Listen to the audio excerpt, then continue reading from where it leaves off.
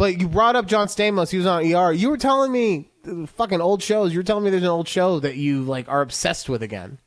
Yes, no, not again. I've never watched a show before. Oh, so the first time before. Viewing. Okay. This is my first time viewing, y'all. And I am like 3 seasons in, and I am like deep into this. I am watching Scandal. Oh. For the first time. And I get it. I get the hype that surrounded it when it was around, like when it was on air, because I would always see people talk about it on the Twitter. It was on Twitter back then, and I understand. I get the hype, and now I am deep into the Scandal land.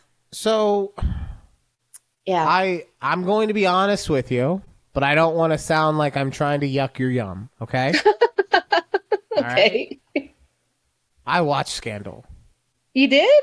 Yes, I watched all of it through and through. Nope. Oh, you stopped. And it's because right around season 4. Damn it! I'm on. Yeah, it doesn't really hit the same. I'm not trying to like. Okay. I don't want to see spoil anything for you, right? Yeah. But the best way that I can describe it to you without spoiling too much is that the thing I loved about Scandal, especially early Scandal, right?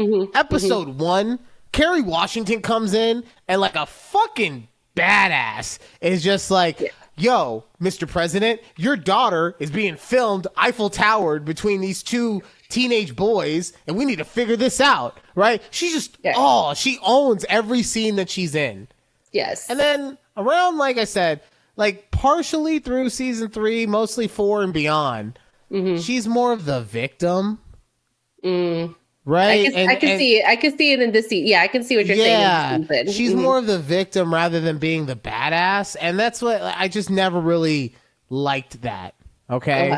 Okay. There's also other things that happened that were just like, did you meet her dad yet? Yes.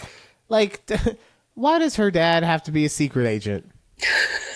Like, like there's and I get it. You run out of stuff. You got to add new stuff along the way. You just got to add. Yeah, exactly. But yeah, like for me, I'm with you. The first couple of seasons of Scandal were fun. God, Chef's Kiss. So yes. I was hooked. I was like, first season, only 7 episodes. God, let me keep watching. Yes. And that's also what makes it kind of deceptive is that the first season is so short because I think it was a mid-season replacement, right? So then really your second season is kind of your first season. Right. And or then like third season is when it starts to, I'm not saying it goes bad, but you do start seeing the things that are leading toward the downfall of the show, in my opinion. Maybe you keep watching it and you're just like, this is fucking amazing. Ryan's an idiot and he shouldn't ever talk about television again, right? That's totally fair. Were you the like every week watcher or did you binge it like when it was on the streaming? I think it was a combination of the two. I think that we binged season 1 and 2 and then watched it weekly with season 3. And that's why when it got to season 4, when, like I said, for me, it really took a downturn. Yeah. It was harder to keep up with because we were, or wanting to keep up with because, you know, I didn't want to have, I got to do appointment television for this thing that's a fucking drag. Oh, God, no. God, no. Okay. Well, I'll keep y'all updated because right now, like I said, I'm in the thick of it. And speaking of drags, this book that you got me reading, Judy, okay?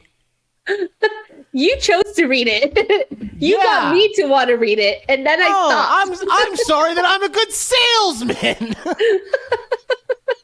I thought it was going to be the other smuts I've read. So I've come to realize a couple things. That I'm so bored that even the exciting parts of the book are boring to me. Yeah. Right? It's very obvious to me that this author, I went and looked up this author, and she looks like what you would think a smut author would look like. Right? I'll be quick about this. You're like, thank God.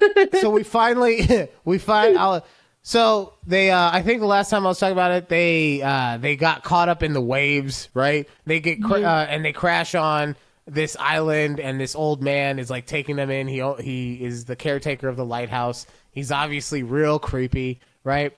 And they're hearing spirits in the house all the time, and the old man is literally just saying it's spirits. And I read this in like fucking page 175 when they mentioned this shit, and I was like, there's a fucking person up there. Obviously it's a person up there. What are we doing, right? And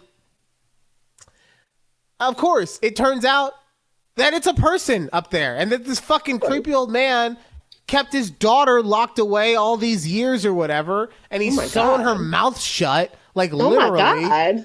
And all these things. And I'm reading about this, and it should be like interesting and fascinating to read, and I should be intrigued, right? And I'm just like, okay, she's got fucking black shit in her mouth, and we know where this is going. Like, can we just get this over with already, right? And the last thing, I've got less than 100 pages left, so I'm really just trying to plow through it. But it's quite obvious to me also that this author had a relationship with a Scorpio at some point. Because there is like, it is nothing but the tropiest of trope for the Scorpio guy in this, right? Of course. He's an amazing lover, and he's angry all the time. Those are his two attributes that he got, right? He gives her those mind-melting orgasms, and he's pissed off all the time. So, like I said, we're almost done. I'm guessing You're almost there. I'm guessing that at some point they're gonna get off the island and then just, live a beautiful life together, or they're gonna die and not live a beautiful life. I don't really care. Okay, I just want it to be over, to be honest. All right, the gong hit, but I do have one thing I want to talk about real quick before we go. I said why I hated being a Virgo rising, and that's just because it makes me overthink. Virgos are fucking overly analytical on a lot of stuff, and for whatever reason, my Virgo rising just seems to only be in my inside brain and only just talking shit all day. And you remember that nice interaction you had the other day? What if we thought about it 45 different ways that it wasn't a good interaction, you piece of shit? So yeah, I don't really enjoy being a Virgo rising.